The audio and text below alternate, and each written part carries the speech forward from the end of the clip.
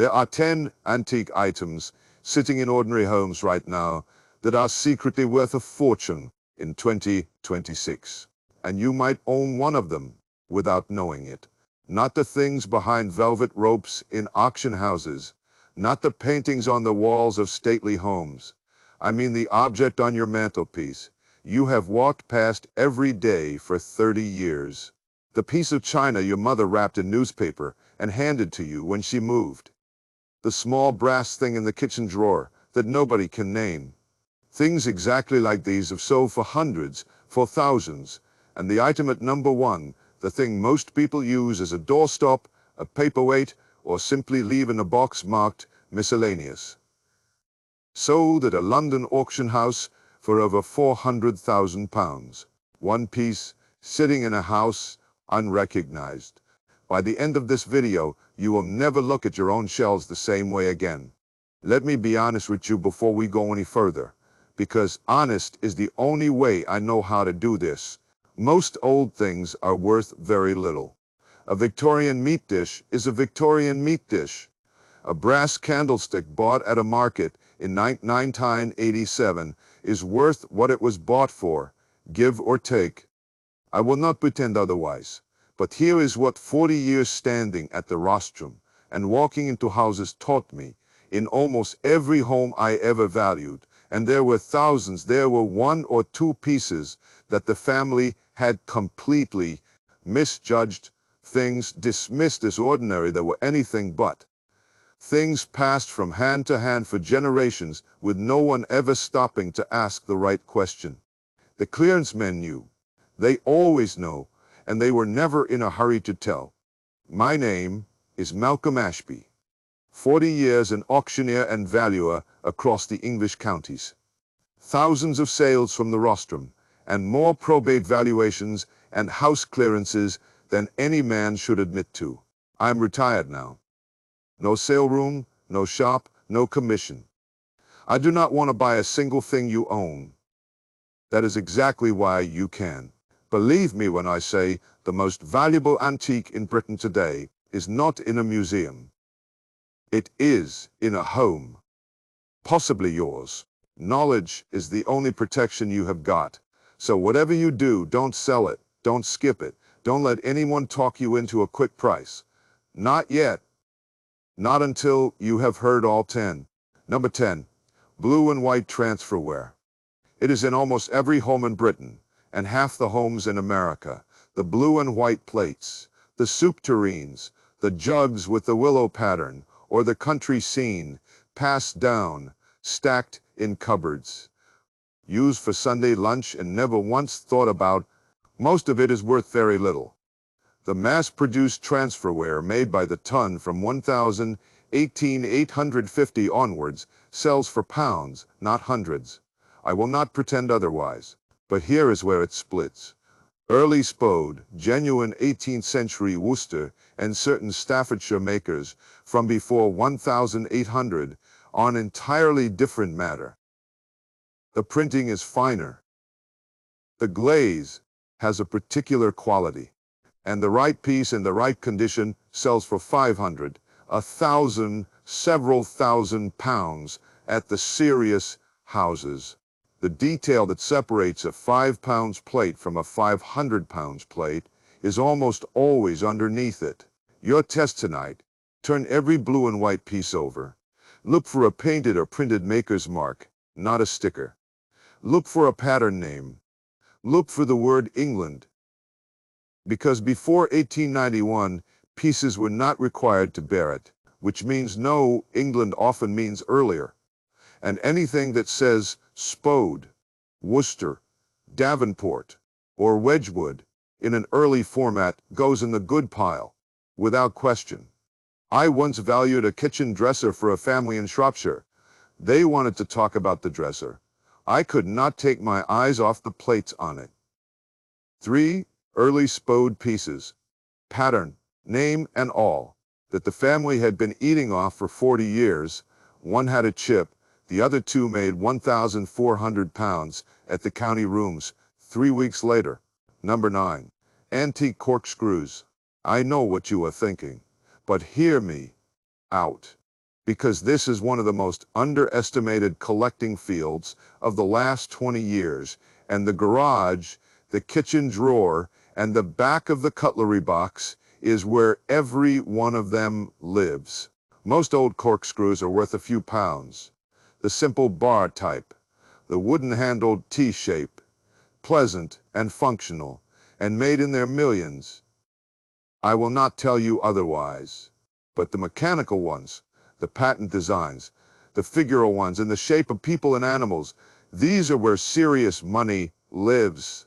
A 19th century king screw in working order, the large brass frame type, with a side handle and a bone brush, sells for £200 to £500 regularly. Rare patent designs by name makers sell for far more. And at the very top, figural corkscrews, a cast, a brass lady's leg, a monk, a devil's head, bring hundreds to thousands to collectors in Britain, America, and Germany who will pay any reasonable price for a piece they have not seen before. Your test tonight: pull out every corkscrew in the house and look at it as a piece of engineering or sculpture, not as a tool. Anything with moving parts, a maker's name, or a shape that is not simply a helix and a handle goes in the good pile. And do not oil it, do not clean it, and do not separate any parts, because originality and patina are the entire value. Number 8. Antique tea caddies. They sit on sideboards, on windowsills, on the tops of bookcases. Small wooden boxes, sometimes plain, sometimes decorated, sometimes fitted with a little lock, used now for keeping elastic bands and batteries. Originally made for something that was, in the 18th century, worth more per ounce than silver. Tea. The great age of the tea caddy runs from around 1750 to 1850, and in that period, cabinet makers, silversmiths, and specialist craftsmen produced pieces of extraordinary quality in fruitwoods, tortoiseshell, ivory, lacquer, and papier-mâché. Most later Victorian caddies, plain walnut, simple brass fittings, sell for 50 to £150. Honest money. But a genuine Georgian fruitwood caddy in the form of an apple or a pear, carved from a single piece of wood with a hinged lid, brings £800 to £3,000 and more at the London rooms. And a matched tortoiseshell and silver pair in a fitted case has sold for over £8,000. And before we go on to the top 7, let me tell you the thing about antiques that took me 20 years to properly understand. The objects that survive in ordinary homes are almost always there because nobody thought them remarkable enough to sell. The remarkable pieces went to dealers, to auction, to collectors, decades ago. What sits on your sideboard today stayed precisely because it was overlooked. And overlooked is not the same as worthless. It is very often the opposite. Your test tonight: open the box, look at the lining, original compartments, and original foil lining. Add value, and look at the underside for a maker's stamp. Run your hand over the surface. Good fruitwood feels dense and cool. Anything shaped like a fruit or vegetable, anything in tortoiseshell or lacquer, anything with silver mounts, goes immediately in the good pile. And do not replace the key if it is missing. A locksmith's repair destroys originality and can cost you hundreds at auction. Number 7. Antique sewing tools, thimbles, needle cases, pin cushions, etuis, the small sewing accessories kept in workboxes and trinket drawers and never once taken seriously by anyone except the people who buy them. And those people pay extraordinary prices. A plain silver thimble is worth very little. A Meissen porcelain thimble with a painted scene, a gold Charles Horner thimble with enamel panels, or a rare commemorative thimble from a royal occasion can make £200 to £1,000 each without difficulty. The prize of the category, though, is the complete antique sewing etui, a fitted case containing scissors, a bodkin, a thimble, a stiletto, and a needle case, all in matching silver or gold, all in their original shagreen or leather case. I sold one from a probate in Worcestershire. A family that had kept it in a bureau drawer and assumed it was decorative. For £4,200. Your test tonight: go through every workbox, trinket drawer, and dressing table box in the house. Look for matched sets of small tools in a fitted case. Look for gold or silver hallmarks on even the tiniest pieces. Anything in enamel, anything in porcelain, anything with a royal cipher or a commemorative inscription goes in the good pile. Do not separate a set. A complete set is worth 5 times the parts. Number 6. Antique ink bottles. The ones dug from gardens, found under floorboards, bought on impulse at a car boot sale for 50 pence. Small glass bottles in aqua, green, amber, cobalt blue, sitting on windowsills catching the light. Most are worth exactly what was paid for them. Common utility inks made after 1880 sell for pennies. I will not pretend otherwise. But the pre-1880 Pontilscard examples, the figural inks shaped like schoolhouses and barrels and figures, the rare cobalt blue master inks, and the cone inks from the 1840s, these have a worldwide collector base, and the serious ones make £100 to £500 and beyond for exceptional pieces. Your test tonight: turn the bottle upside down. A rough circular scar on the base, the Ponto mark, means it was hand-blown and is almost certainly before 1880. Any unusual shape, any unusual color beyond plain aqua, any lettering embossed in the glass goes in the good pile immediately. And never clean old glass with anything but cold water. Every other substance risks the iridescent surface patina that serious collectors pay extra to own. Number 5. Antique visiting card cases. They were carried in pockets and reticules. Small flat cases, the size of a playing card, used to carry the engraved cards left at front doors in the 19th century. Replaced by the telephone. Forgotten in drawers, completely overlooked by every generation since, and they are, at their best, objects of breathtaking craftsmanship. Silver cases with engine-turned engraving make £80 to £200 in good condition.